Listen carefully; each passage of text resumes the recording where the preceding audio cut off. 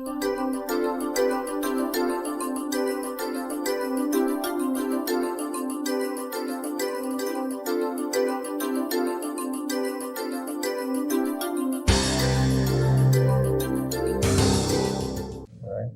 right, what's next? International concerns.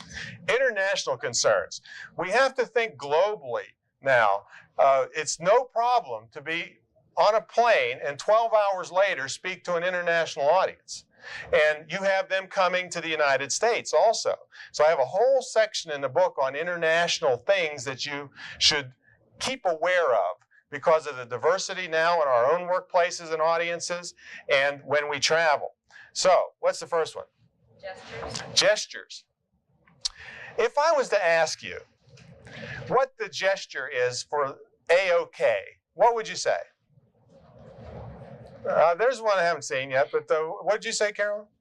Okay, this is pretty much the accepted one for A-OK. This is okay too, but this is the one that I would say. Well, in the Philippines, this is much worse than anything you'd see out here on the Beltway at rush hour, okay? All right? You could offend somebody highly. And what's kind of interesting about this one is that back when we had our war movies, back in the war days, they just couldn't understand why our hero was getting on the plane to go off to war. And his girlfriend's over at the fence, and he's going like this to her. Yeah? They couldn't get that. But I got a way to use this, all right? The next time if your boss or somebody tells you to do something that you don't really want to do, right, Bunk, they'll think you're a great team player, okay? But we know what it really means. So you got to be careful about that. How about if I went like this to Bill? That wouldn't be that strange in the United States, would it? That would be, come on up on stage, Bill. I'd be coaxing him on stage, right? Not in Mexico. That's used in Mexico to call either an animal or a lady of the night. All right? Very offensive. Harsh tone. Yeah, right. Or man of the night. So you've got to be careful. Now, a good resource for this is, there's two of them.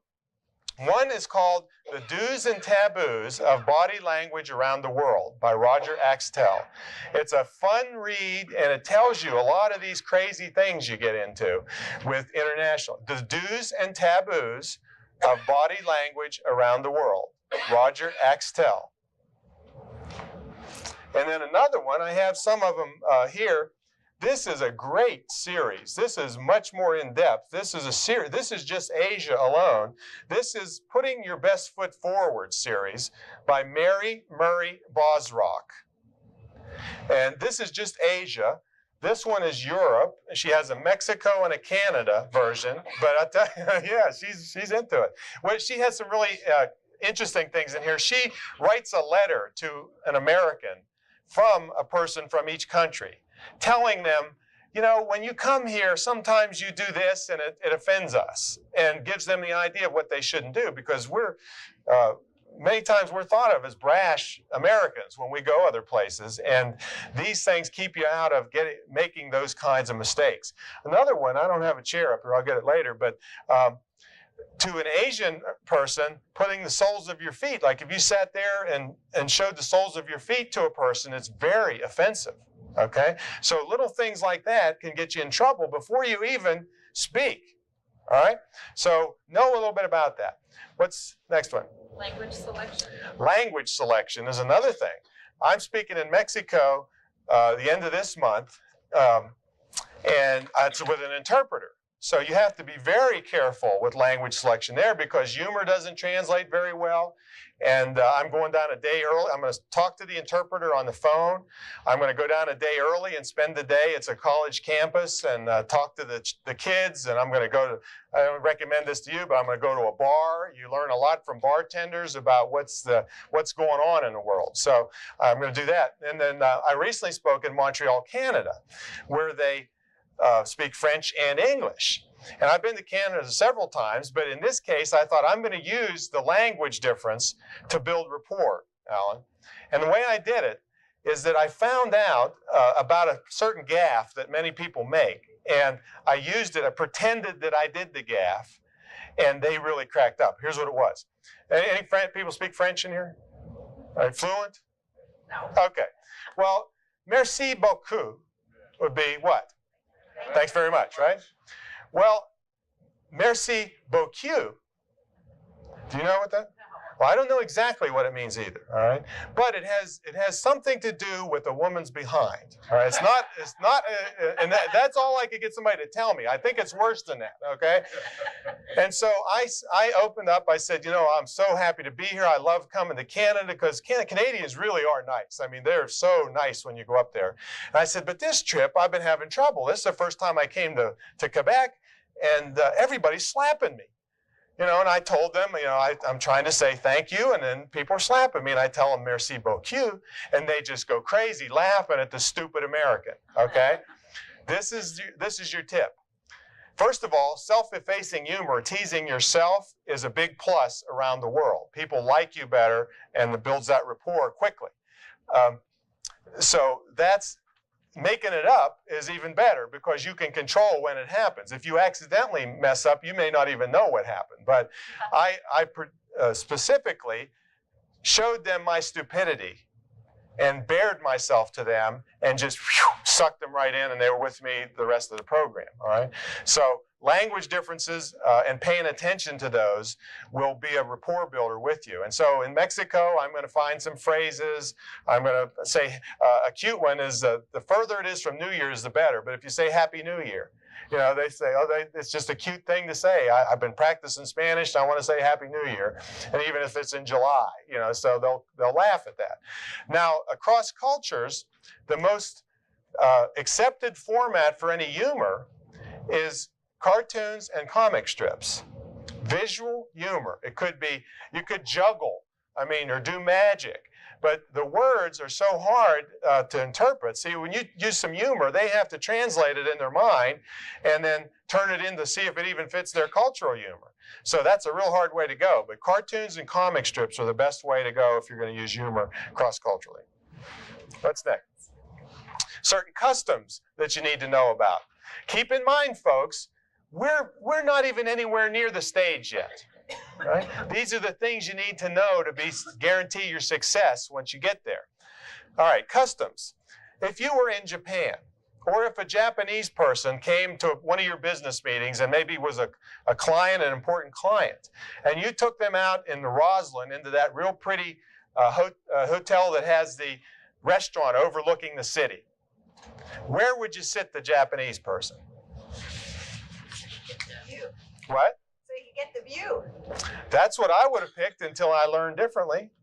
In Japan, the most important person at a table is set with their back and framed by the beautiful vista.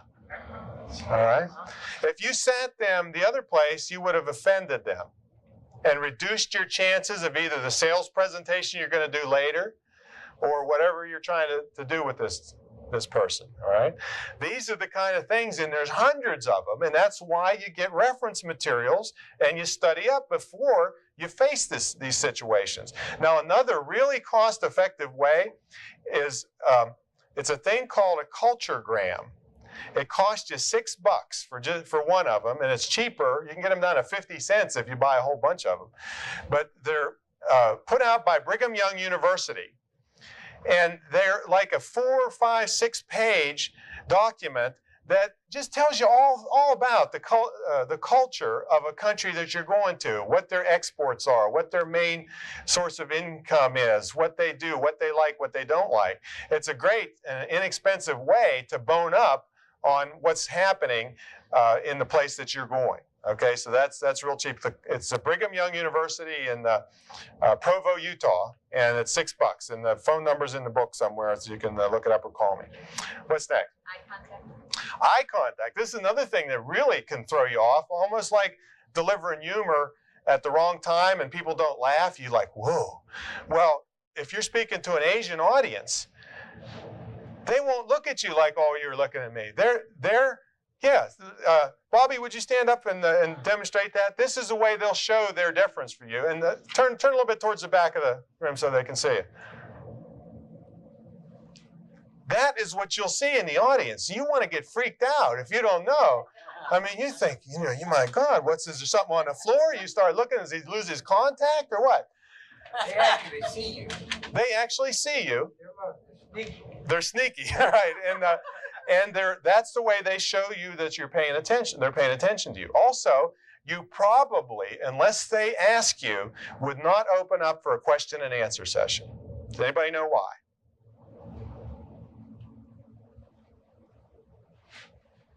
I've had the experience. Real loud. I had the experience of teaching for 2 years in Bangladesh. And for the first week or two, not a word from any of the students. I thought I'm the greatest teacher in the world. Well, you know better than that.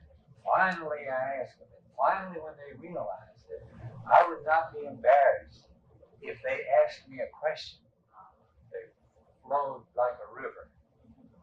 And they really enjoyed it. But their professors are threatened by questions. That was my experience. All right, thank you, Bobby. Yeah, and this is a major concept. And remember, I didn't realize this till I spent some time at Chinese University in Hong Kong, and I didn't realize this. There are billions of people out there, right? We're not the only ones. I didn't know that until I went over there, okay? And their concept, the big concept here is saving face, or it's actually called face. Either they were afraid they would embarrass him because he didn't explain the material well enough, or they would be losing face in that they weren't smart enough to understand it. Okay, so either way, it cut off the communication. So it's up to you to open those channels up. Once it got opened, everything was fine. Okay, so these are just, yes? How did you open it up to make it okay? How did I open up in which? For the question answer in a culture that. Oh, well, I acknowledge if, for instance, I did one that was 25% Asian Indian. So right at the beginning, well, I had researched and gone to, I hate to admit, I went to Dunkin' Donuts. And the guy there was an Indian guy. And I interviewed him. Well, it's either that or go drive downtown to the embassy. So I went to Dunkin' Donuts and I interviewed the guy that owned it. And he was all thrilled about telling me all about India and everything. And he told me that the best known comedian in India was a guy named, I think it was Johnny Lever, which was like our Johnny Carson, that well known. So I opened up, I said, well, I know there's a wide diversity here, quite a few from India, and I apologize to you folks because Johnny Lever couldn't make it. That's all it took. The time I took to find out that little slice of information, they were like, hey, he's a good guy. He knows about our Johnny Lever. Simple. But I will acknowledge right at the beginning, I want you to feel free to ask me questions or just tell them right at the beginning the rules and they'll follow. Okay? Personal space. Personal space is another crazy one that you can get into cross-culturally. I need somebody to help me with this. Okay, Alan, come on up here. All right, Alan, I want you to pretend that you are from an Asian country and your personal space in Asia is greater than our normal U.S. space, okay? And you're on stage with me, and let's say this is a normal space for us to converse, and I want you to keep this space, okay? Okay, I'm going to come over here. Yeah, right, that's what you get into, right? All right, now, in Arab countries and in Latin countries, their personal space is much closer to ours. In fact, they say we want to feel the warmth of the breath of the person talking to us. All right, so, where's my Banaka here? Wait a minute. All right, come on. Now, you try to maintain that space with me. I'm a U.S. presenter. This person's on stage with me, an Arab country or Latin America, and they try to converse with me on stage. Now, I'm running away, and what am I doing to this person? Offending them and insulting them. Thank you, Alan. Appreciate your help, sir. All right, let's hear it for Alan. Yes, all right. These are the things that, and I have to remind you, we're not even anywhere near the stage yet, okay? These are the things that you have to know before you get to the place that you're speaking, and keep increasing your professional development so that if you get caught off guard, you don't make a big gaffe that could ruin your whole presentation, okay? All right. All right, what's next there, Christine? Phone interviews. Phone interviews. Now, did we skip something there, Christine? No? You're right, we didn't. And how many stars? Could you count the number of stars next to that? 7. Well, you've heard of 5-star restaurants and hotels, right? This is a 7-star speaking tip. This is one of the most critical things. If I had to pick one element of my preparation that allows me to hit a home run every time, it's this. And I want to tell you, if you're doing this as a profession, in business it's important, but if you're doing this as a profession and the money is high and the stakes are big, this technique will allow you to hit a home run every time. This is it. What I do is I call, after this pre-programmed questionnaire, I phone a minimum of 15 people in every audience that I'm ever going to speak to. If it's a public event, I usually don't do that, but if it's a corporation or an association where I can identify the type of person in the audience, I phone them.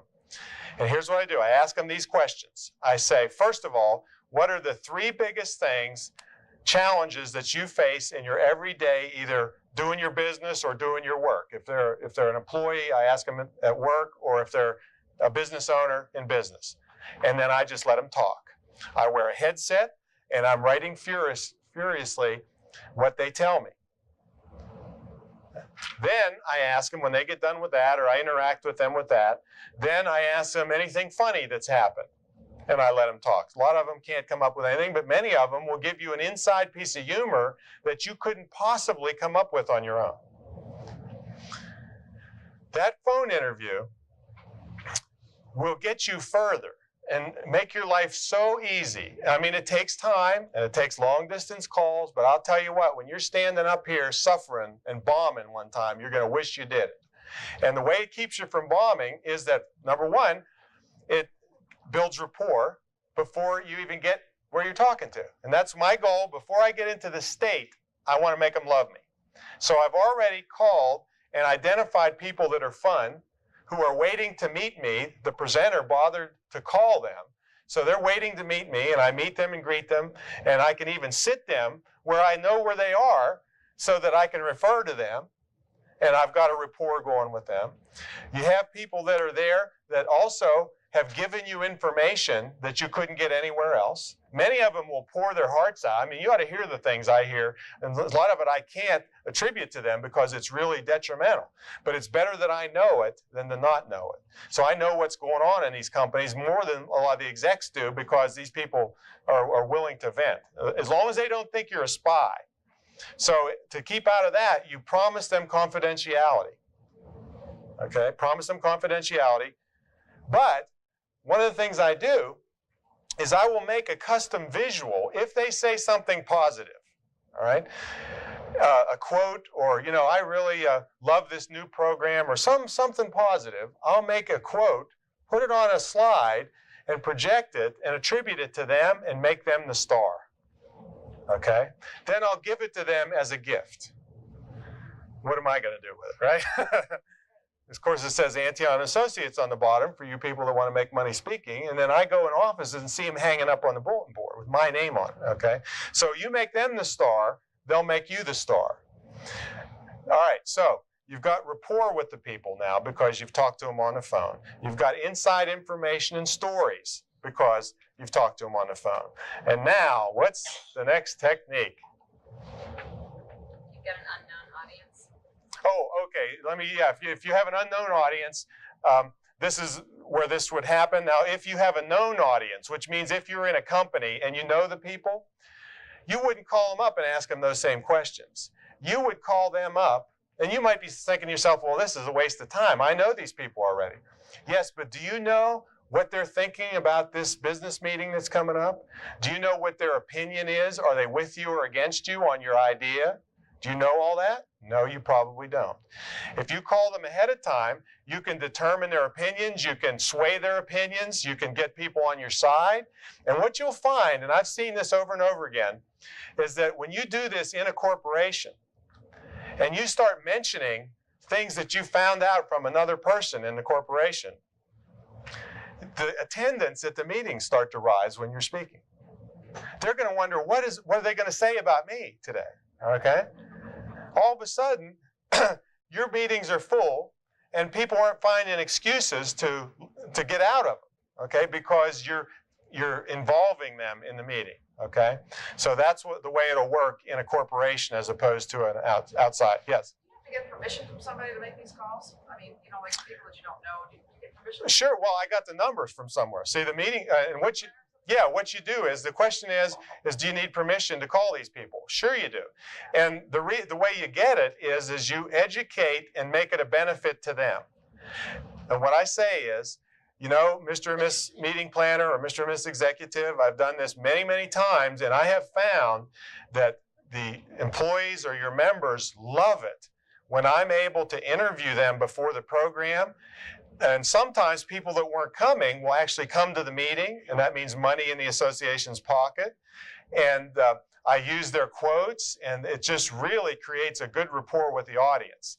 So it's for their benefit, although it's for my benefit too. And so you educate them to that, and then most of the time, very seldom will they refuse. I mean, they're paying you a lot of money to come in there. Yes?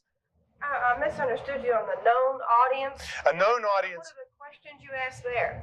The known audience would be, these are people that you see every week maybe. You would ask them, what do you think about this idea I'm presenting at the meeting Friday? So you ask them either for their opinion on things or some advice on things, because people love to give you advice. And when you show them that kind of deference, they like you better. So they're more likely to show up, and they're going to give you good information. So you wouldn't ask the questions that you would already know. You'd ask specific advice questions or opinion questions, okay? All right, now. Room set up? No, I know there's one in there that we're missing. That's, yes, the asterisk technique. The asterisk technique. Now, I've only, I don't know, maybe once or twice revealed this in public. So if I hear this getting around, I'm going to have to kill you, okay? This is a massively good technique. As far as I know, I invented it, all right? Out of desperation, I invented this, all right? Sometimes I'll get called by a meeting planner and says, Tom, we want to bring you in. But I'll tell you what, we've got some hard-to-please people in this crowd. They don't let anybody get away with anything on that stage or that podium. Oh, yeah. I'd even say there's some hecklers in the crowd. I'd say, okay, it's no problem with me. Here's the asterisk technique. I tell them, you give me the phone numbers of people who are going to be at the meeting, and I want you to put an asterisk next to these people that are troublemakers. And I say, only you and I, except for the people that watch this tape, are going to know what the asterisk means. All right? The asterisk means this could be a trouble person. I definitely call them. When I call them and ask their opinion on something, first of all, most of these people want attention. All right, they want to be involved. They know more than everybody else. So what I do is I feed that. I call them up, Mr. Big Shot Presenter, and ask their opinion on something and get their quote. And if they can't say anything positive, I make something up for them and find something so I can put on a slide for them to make them a big hero. And when they get to the meeting, these are my biggest allies, and the meeting planner and executives cannot believe it because these people never liked anybody that ever came except me. And that's how I do it. I play to their ego and use them and mention them during the program. And then the other people in the crowd are saying, well, if Joe likes him, he must be good because Joe doesn't like anybody, all right? All right? Now, the thing is, you don't want to only focus on all these negative people because if you totally relate to them, the other people that maybe think that they're a jerk are going to think you're a jerk. So you got to spread them out, you know, sprinkle the jerks in a little bit, okay? I mean, you know, it's basically how it works. So that's the asterisk technique. Don't tell anybody about it because then everybody will know. And if I'm ever coming to your company and you see an asterisk by your name, you might get the idea. All right, now what's next? Room setup. All right, remember, we're not on stage yet. We're just thinking about getting to the stage. All right, you notice right now that you are in what we call a semicircular theater-style seating arrangement. Now, what I want you to do is look down the aisle and tell me how many faces of people you can see. All of them, right? All right, now this would be opposed to, and I'm going to ask the front row people to help me out with a demonstration here. Alan, and Margaret. Could you bring your chairs up and put them in a straight line right here? As a matter of fact, face them towards the crowd. Watch your coffee there, Big Al. Alan played Santa Claus for us. No, I'm sorry. What was it? Rabbi Claus or what was it? Yeah, it was Sammy Claus. Sammy Claus, right? All right, face the other way and put them in a straight line. Watch that coffee. How would I throw that out? Yeah, that ought to be real good by now. Al. Thank you for throwing my coffee out. All right, take a seat. Now, let's just pretend there's a whole row here. Alan in the middle, Alan Mish. Could you tell me, when you look left or right, how many faces you'd be able to see? One, probably. On this side and one on that side. The problem is that maybe this Alan had a bad day. Maybe he's got a toothache. Maybe his kid's sick. I don't know. It could be anything. My pen's broken. His pen's broken. Do we have an extra pen back there? I know we got lots of pens. Brandy, we'll get you one. And then Margaret. Margaret might be going through something with her parents are sick, or who knows? You never know, and it'll drive you crazy trying to figure out what's wrong with people in the audience, okay? So if I say something funny, or if I want to get agreement, or I want to get people nodding, and there you go. Thanks, Nancy. Let's hear it for Nancy for doing that. Yay! Sorry. Here you go. All right. Then I'm reducing the chance of Alan either agreeing or laughing, because laughter and agreement are socially facilitated phenomena. What that means is that if you see somebody else laughing, or if you see somebody else nodding their head, you are more likely to either laugh or nod your head, whether you even get the information or even heard it, okay? So I want to increase the number of people that can see each other's faces, so that if I get them laughing, they can see more and everybody starts laughing. It's contagious, in other words. Let's hear it for these three. All right, hey. Hey. All right. Well, you guys made a mess here.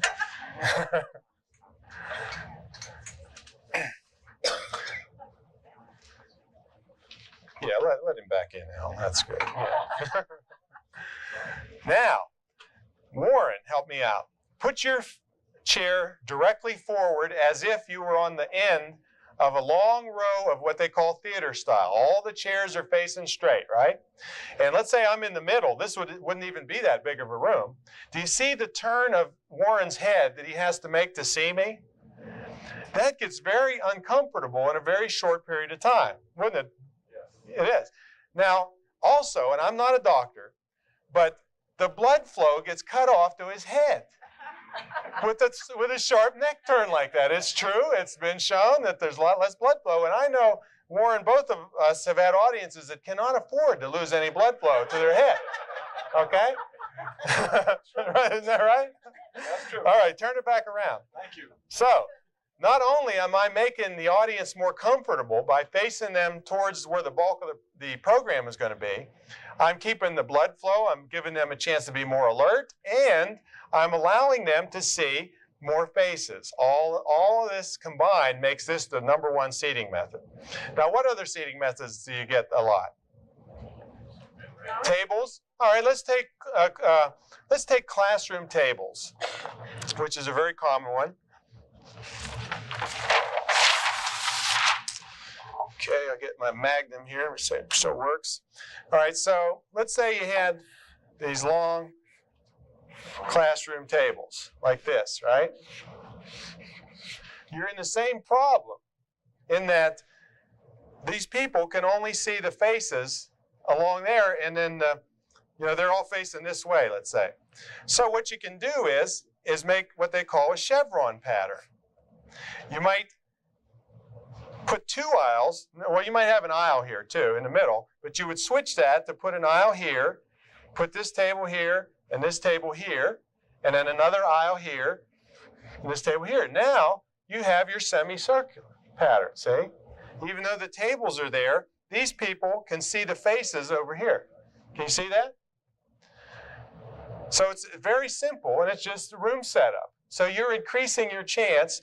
Now, I try to avoid tables because I'm usually brought in, I want massive excitement, and I don't want to give them any chance to be doodling or doing anything else but be concentrating. So I try to avoid tables, but sometimes they demand tables, or maybe you're not the only speaker and they're there all day and they're, you know, they got coffee and they're doing all kinds of stuff. So, and they got a massive book from their company and all this stuff. So, what's that? A question. Yes. You got a full day program. Sometimes it gets uncomfortable trying to write on your lap and still find the lack of table works for you. Yes, I do. The question was, it may get a little uncomfortable writing on your lap for a full day. And my answer to that is that it depends on what you're brought in for. I'm usually brought in because I want to move these people to action and get excitement going. And I'm not willing to worry about a problem like that as opposed to the big picture of why I'm there. So I would say if you're there for heavy duty content with a lot of extreme note taking, then you might, and you're not there for excitement as opposed to content, then you could probably go to some tables. But I would still do this rather than this, okay? Because that doesn't hurt a thing just to change these tables. You still have the surface to write on, but you've got more chance of interaction across the tables. So, yes? If you're already in a theater thing, so you can't adjust it, do you put people in towards the middle as opposed to? If you're already in, what type of seating? It's like already a theater or an amphitheater. Oh, yeah, where the seats are stuck, right. Okay, when the seats are stuck and they can't move, you move more. So you would be much more going left and right, but you do it strategically, not just wandering, but you move a lot more. And if there's an aisle, you'll go up the aisle into the audience and let them turn their heads and loosen up a little bit, okay?